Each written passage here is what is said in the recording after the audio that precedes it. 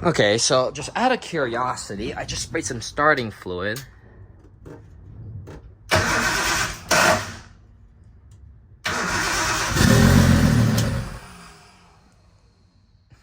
Okay, so she started. Okay. Ooh. All right, so it is a fueling issue. So we have a fueling issue. The pump's working. We got it pumping, right? That's interesting. All right, so we know she will start because I sprayed some starting fluid, and I diagnosed that there's no fuel coming out of this pump. So I wonder if it's because it's low fuel. So I'm gonna try to see if I can make this thing flow. All right, so I figured it out. I actually had these lines swapped. I thought they were both universal inlets and outlets, but I guess that's the inlet and that's the outlet, and I had it backwards. So I also put more fuel, so that might have helped. But yeah, we got pressure now. We just had pressure. So, all right, let's start this thing, dude. I just really hope, please. I know she'll start. I hope she'll start good. That's all I hope for. Okay, ignition on. Oh, is there lights? Oh. So I think that's lights.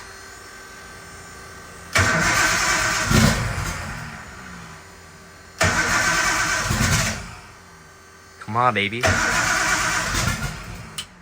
On.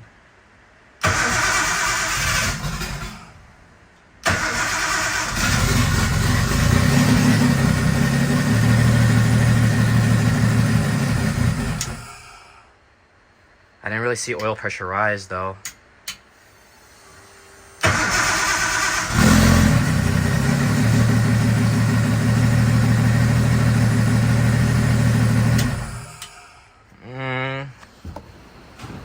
She started, but I didn't really see oil pressure rise. Is there any leaks? There's no leaks. I know we have oil pressure. Oh my god, oops. Sorry, buddy. I didn't think I crimped the line. No, line's good. Oh, I'm like freaking out, dude. All right, I'll start her one more time and then I'll just do like a self-inspection.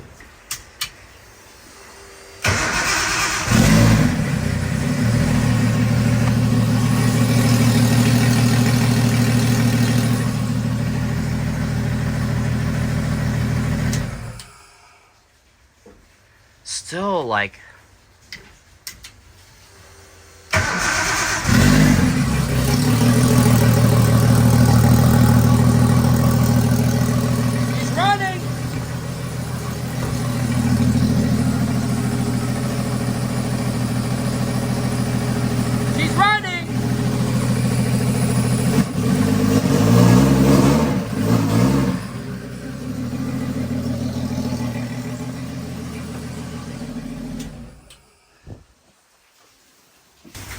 All right, so I have a bit of a mystery here. Everything checks out. I did hear like a clackling sound. I actually just removed, this is like one of the hooking points in the back. Oh, shoot. And I'm assuming that this was just like, you hear that? That's what I thought I was hearing knocking. But it doesn't sound like she's knocking at all. I checked the oil filter, we got oil pressure. I checked the turbo side, we have oil pressure.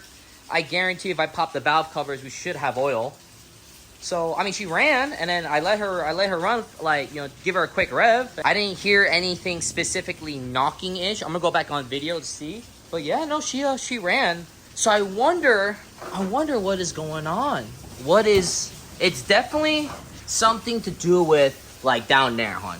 I don't know what's going on, but somewhere, like, oh, you guys can't really see it, but the adapter plate right there, there's something funky with it, right? There's something funky with it where I'm not getting pressure like I should be. And, I mean, I have oil pressure and she's not knocking or anything like that. I mean, I didn't rev it. I should have revved it and maybe see if the gauge moved. Okay.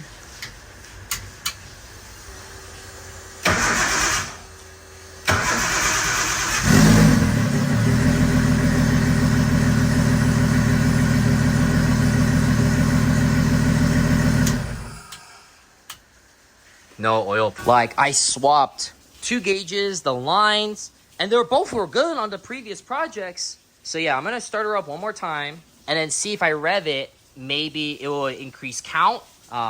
Maybe, I don't know what's going on, but we'll find out. I mean, she would have seized by now if she had no oil pressure, you know. But I mean, I guess you could technically still have a car with pressure, but it just need to be a significant amount. But all right.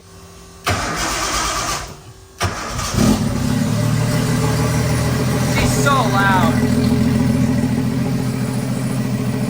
So I'm not hearing any knocking.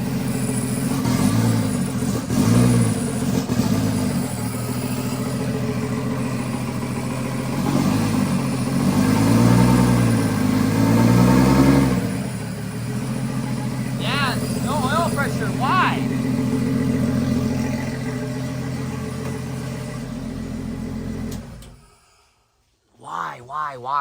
Why? It's God. I don't know what's going on, man. I don't know what's going on. So, and that's the thing that's kind of throwing me off. I mean, it sounds good. Like when I revved it, she sounded healthy. Like she didn't sound like she was rod knocking or anything. 안녕하세요, 여러분.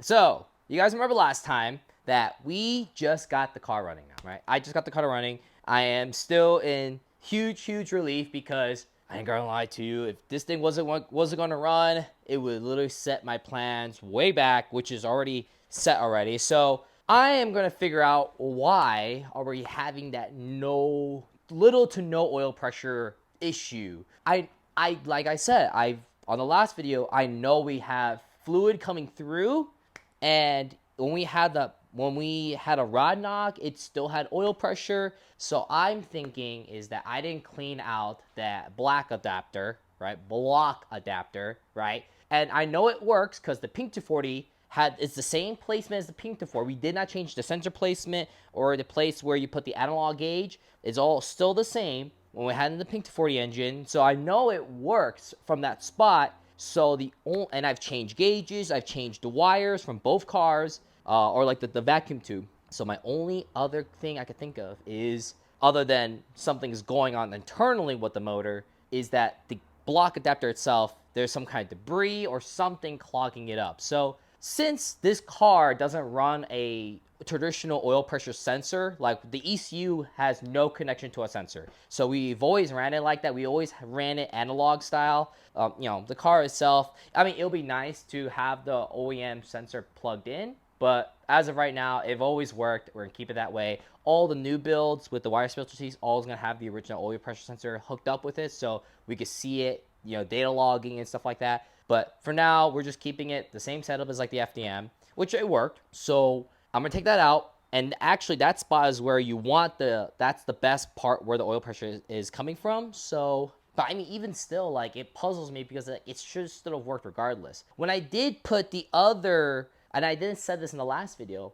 when I did put the other gauge in there, I did notice there is like when you see a vacuum tube or a line and you can see like pressure, you can see it moving a little bit. So it did show that there is pressure coming out. So I wonder, like I said, it's just a cleaning thing. So also too, we don't have the only other gauge that's not hooked up, that's from the original build, is the temperature sensor, because if you guys remember, I tried to put the temperature sensor earlier on the block adapter and we found out it's just too short. But I believe I still have an AN fitting. I'm trying to remember that. I think it'll work. Oh no, I don't think it wouldn't work, because I'm trying to remember. I think there's a reason why I couldn't do that, but I definitely need to figure out a way to put that pressure sensor, the temperature sensor in there, because that is very, very valuable. I could probably find.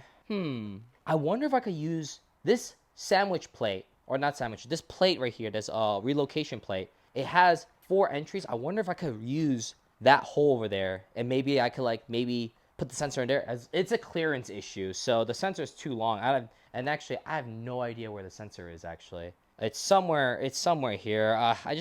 Like I said, we've just been digging around too much, and then all the parts are all over the place, so I have to find it. But that might not be a bad spot. It's not the best spot, but it's the only spot I could think of. And then, yeah, my biggest goal today is just figure out that oil pressure. And then hopefully, and once we figure that out, then we could continue putting the radiator on, bleed the system, and then weld the diff, put the diff back, get the axle, get the drive shaft measured, get that going, put the brakes. I mean, there's really not much stuff left to do. Like, I think all in total, radiator, diff, drive shaft, oh, power steering. We need to put the electric power steering on, which I still need to purchase that Volvo pump, and custom intercooler lines. The dump pipe, we'll leave it there for now just because the windshield's already cracked. So, but once we put a new windshield, we need to get a different dump pipe and a new wastegate pipe. And then obviously mount everything properly. Mount the 2 seats, which is like, they're super simple. And then I need to get a back bar to put the harnesses in because there's nothing to hold the harnesses down. But yeah, other than that, this is the part I've been dreading about this today because I'm just like, I really, really hope it's just a cleaning, just a clean. So, all right, let's go take care of that. But before I take the block adapter apart and fill this whole place with fluid, I noticed that this puddle of oil wasn't here earlier, and I found out. I was like, all right, well, where is this coming from? So I took a look underneath, and I found out that the drain plug wasn't really tight. I mean, like, I was able to kind of twist it open a little bit with my hands, so thankfully that was just a very simple problem. I believe I have these 2 right here, and I thought I closed it tight, but another thing too, and then I feel like I could talk about this a lot more because now the actual engine is in here. There's a lot of room underneath. So if I needed to work on this thing on the track, hold on, let me write it. Next thing I need is just spill these brand new break-in oil. So, but yeah, no, there's a lot of room like in here. Like, I mean, yes, like there's still like no radiator support in the front and everything,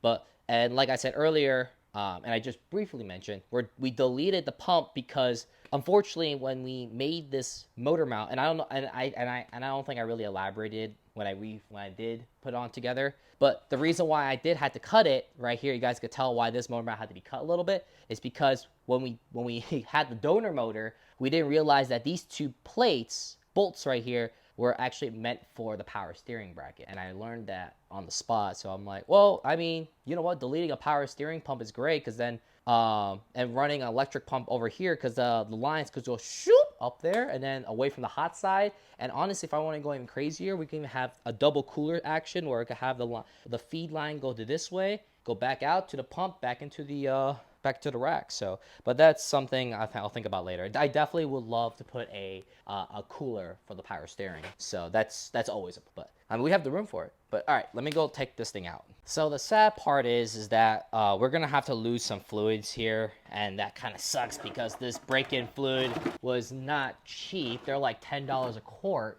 Try to my best, and then I really try to avoid any major oil issues because this is like a new chassis and I really don't want to have to deal with oil issues like on it. If you guys are curious, I just started to use this. This is not sponsored or anything, but this is just you know, I haven't tried this one yet, so I was going to try this thing out. I mean, break-in oil is break-in oil, you know. As long as you got some good break-in oil with a lot of zinc in it, you're good. We're going to have to pull out the lines. Thankfully, these are AN fittings, so these won't be too hard to pull out.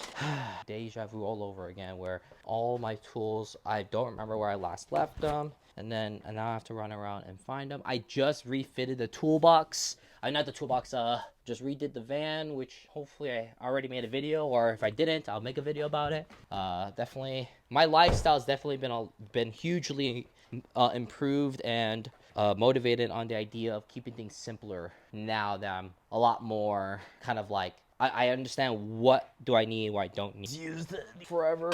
Let me move this real quick. My Jegs welding table, which is shout out to Jegs. All right, well this part is gonna be messy. Let's just do it. But this is also really nice because I can actually start using this as a practical aspect of like, I mean, I'm not planning on changing out any major oil components on the track. I mean, if you're changing oil components out of track, you have bigger issues. And then, just like last time, my 10 mil, which is the most important one, nowhere to be seen, but I believe I saw it in here. Okay, and guess what? It is in here. Yeah, it does annoy me a little bit why this became a whole issue in the first place. And honestly, if it's just a simple issue, just like, hey, like literally there's just some debris in there and then causing it to, you know, I thought I crimped a line or something, but if it's just like a simple, hey, there's like some, not dust, but I don't know, something like in there that's like physically blocking off the way it could read, because it was giving me some kind of reading. Oh, and I just realized this valve cover back here is not fully tightened down. So the wipe, which actually that's a good sign in a way, because this just tells me that if there's oil coming out of the valve covers, that means there's oil in, you know. I'm assuming this gasket. I believe, I forgot which valve cover that this belongs to, like the 40 or another donor engine. But I need to probably put new valve cover on this one. I need to probably put I'll probably eventually change it out too, just in case. You never know. That we kind of, I have the gaskets, so it not hurt to do it. But yeah, I mean, when you do a fresh build, you're gonna have like little stuff here and there. But thankfully, like I said, we didn't really change anything too much on this. We put new cams in it, new lift. There's technically new lifters in here. New valve springs. The valve springs, oh, dude, Tomei valve springs, clutch, dude. I'm glad they worked out. Thank you, Samit, for kind of giving me the reference idea on that. Appreciate you, brother. Oil pressure. I truly believe it's a gauge issue, or not a gauge issue. It's like a feed, like the input of the way the analog sensor is. That's we have an input issue. Any oil coming out? No. Okay. So, but also too, what kind of puts me at peace of mind that the car ran a couple of times, short intervals, and like I said, like if it truly had zero oil pressure, it would have seized. Because I funny enough, this block specifically had actually originally, when I first rebuilt this engine, very first time, and then we took it to a dyno, and we had so many issues. One issue was that the ignition setup, I actually had it all wrong. Like cylinder 2 was cylinder 1, 3 was 5, and the car was missed terribly. But before we went to the dyno to get the car like on for the time, I kept on running the starter to oil pressure, because it was just something like, hey, like I just like to see the oil pressure build up. But then one day, right before the day before we're supposed to go, we had no oil pressure for some reason. Oil pressure started to disappear. Like I couldn't get any oil pressure, and what happened, and then I still don't know exactly what happened. We knew it, I believe we lost oil pressure because the pump itself, I didn't prime it properly, or we just got away with it, and then the I don't know, something happened where we lost oil pressure, like the pump wasn't priming oil anymore. So I didn't think of it too much, which that was the first red flag. And then I went to go, and then we actually, when we actually had to go dyno it, or right before we dynoed it, before we had my tuner at the time turn it on with a really, really simple base map, and then, wow, no oil. Like, not as much oil as I thought was going to come out. Great. That's actually good news. He turned on the car like started for like 2 seconds, like and you know me, I'm just happy, and then the car stopped. It was literally, I don't have any videos of it because I wasn't recording at the time. It literally started just like that, and that was the same block. That was in the same block. And then that's why this head was used, because we seized the head, but the bottom end was just good enough. So the bottom end was still good. We replaced heads, and then I just started it up again, and there was that. I do have a video of that. I started it up with the base map that was given by the tuner, and the car started. And then I drove it like that. So and then we never gave it a proper tune until like 2023. Oh, and that was the year that we blew it up. I wonder if it's me just not tightening the block adapter, maybe? But then I would have lost, like, oil would have been all over the place. Maybe an O-ring? I don't know, dude. Like, that's the thing. There's so many things I'm trying to think here logically. But, like, you know, car people, like, we overthink everything. We're like, oh, maybe it could be this, maybe it could be that. And then, and school, they always tell you every problem is a simple problem. We just tend to overthink it. I could tell you right away, some of these bolts are tighter than others, right? Like just now, like that one was a really tight bolt, the other one wasn't. So I wonder if I didn't tighten it down all the way, but then wouldn't that even cause another issue too? I don't know. Cars are weird. Sometimes they have like the very simple problems. I mean, simple, like obvious evidence. Other times it's so simple. I mean, dude, literally it could be a simple, oh, it wasn't tightened down. That's it. It could literally be that too. So these are O-rings too. So maybe, I don't know, like kind of, I know the O-rings are good. So, I mean, I would have leaked oil crazy. So if it is a bad O-rings, like the O-rings are bad, I do have a brand new block adapter for the STI. I could just use those O-rings for now, and then I could just get like more O-rings. I do need to change these O-rings on the rails because one of the back one here is blown, but I was able to somehow like flip it over and use the good side of it, and then it was just fine. But I do need to change that out because drift cars and fires are pretty more common than you think, and it's literally almost 90% of the time a fuel rail issue. Bad rings, a lot of times for V8s, bolts are backing out. I never had a fire issue, and we're gonna keep it that way. So, but as of right now, this is a lot easier than I thought. I mean, that was like the whole point of this build too, to keep things simpler. Keep it like something I'm used to, something I know. I don't try to do complicated builds because I just don't much. It really is. I've been watching a lot of other people's content recently, just as like a filler content to watch, you know, while I'm editing. And it's just like, I get why a lot of people hesitate working on cars when they see some of these crazy builds, and to us car people, like, that's the dream. But there's also that side consequence of like, you do kind of forget where you come from, and it's not a bad thing. Like, that's a thing, that's just the part of life of being a automotive content creator. When things get better for you in life, you tend to like obviously do stuff you want to do, but you forget that there's a reason why it takes you that long to get there. So just a little food for thought on the idea. It's just it's a natural progression, but I think people just need to understand too, is like, oh yeah, there you go, now we got the oils coming out. All right, so first inspection is nothing out of the ordinary. Yeah, nothing out of the ordinary. Like, I don't see anything like no gaskets being blown. You guys can see right here. But yeah, it's, you know, and then also too, since I got the oil it all out, I get to see kind of if there's any flakes. I know we just started the car, so you're gonna see some like small, you can't see it, but if you guys look right here in the sunlight, there's a little bit of like, you know, metallic, but that's just because the motor's just breaking in right now. All right, so yeah, like looking through the light here, I don't see, I think I did clean this with brake clean before, but the one thing I didn't clean out was there's a way to clean out internally. So you got like these Allen key bolts, and I didn't clean all that out. So first what we're gonna do is, if you guys see right here, right? So this is the adapter plate, and what's really nice is that it's all like, you know, labeled like in, out. These are your accessories that you could put in. I thought I could put the temperature sensor here, it just didn't fit. Actually, no, I'm sorry. There was an oil temp sensor here, but it won't fit. So that sucked, right? Because it's too short. So this is the block up plate that comes with the kit. So this is where oil pressure sensor you normally put. And this is the original place we put for the oil pressure sensor as well, right? For the analog. So what we're gonna do is we're gonna take this off, because this actually needs to belong to the other builds, and put this in there, in that place, right? But it doesn't really solve anything, because it's like, well, the main issue is that we were having no oil pressure. So what I'm gonna do is I'm actually gonna take everything apart, right? Like take all the galleys out, and then I'm gonna clean it out with brake clean and just go at it. I'm gonna try to be very careful taking this O-ring out. Don't want to poke it. Like the O-rings don't look bad, you know? I wonder if I could like pop them. I wish there's probably a tool to pull out O-rings, at least not destroy them. Okay, cool. I got this popped out.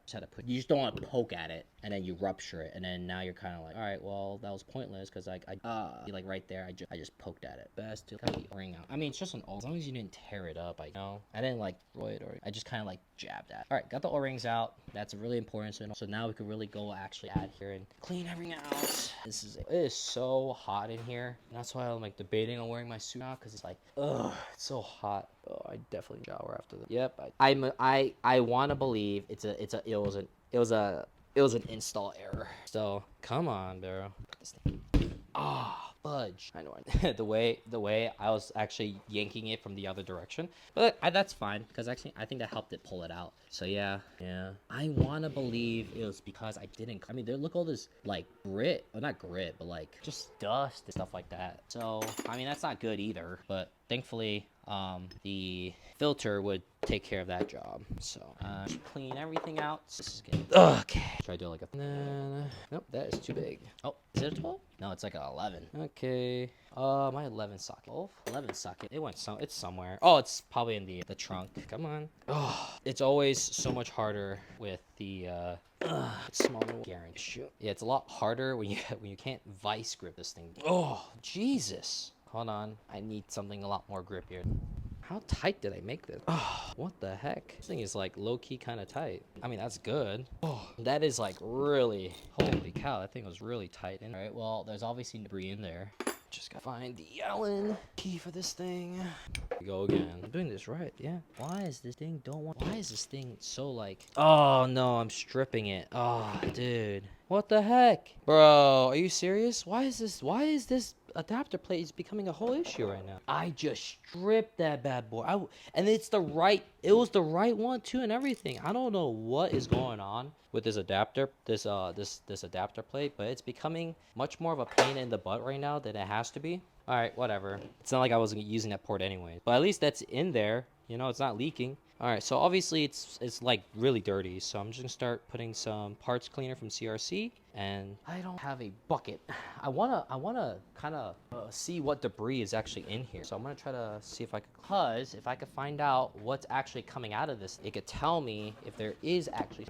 I think it's because it's dirty. But now that got me thinking, is because when I made that dirty, now like all the other lines are dirty. So are they not gonna properly do their thing? We'll find out. I do need to find my Greddy. I need to find the actual, I don't know if I still have the box, but I need to find the block off plates for this thing. So, I mean, it works both ways, right? In and out. So this comes out, which feeds to this here, comes in. Well, let's just start taking a look. Okay, that comes out of there. Hold on, where does it come out of there? Let me see. Huh?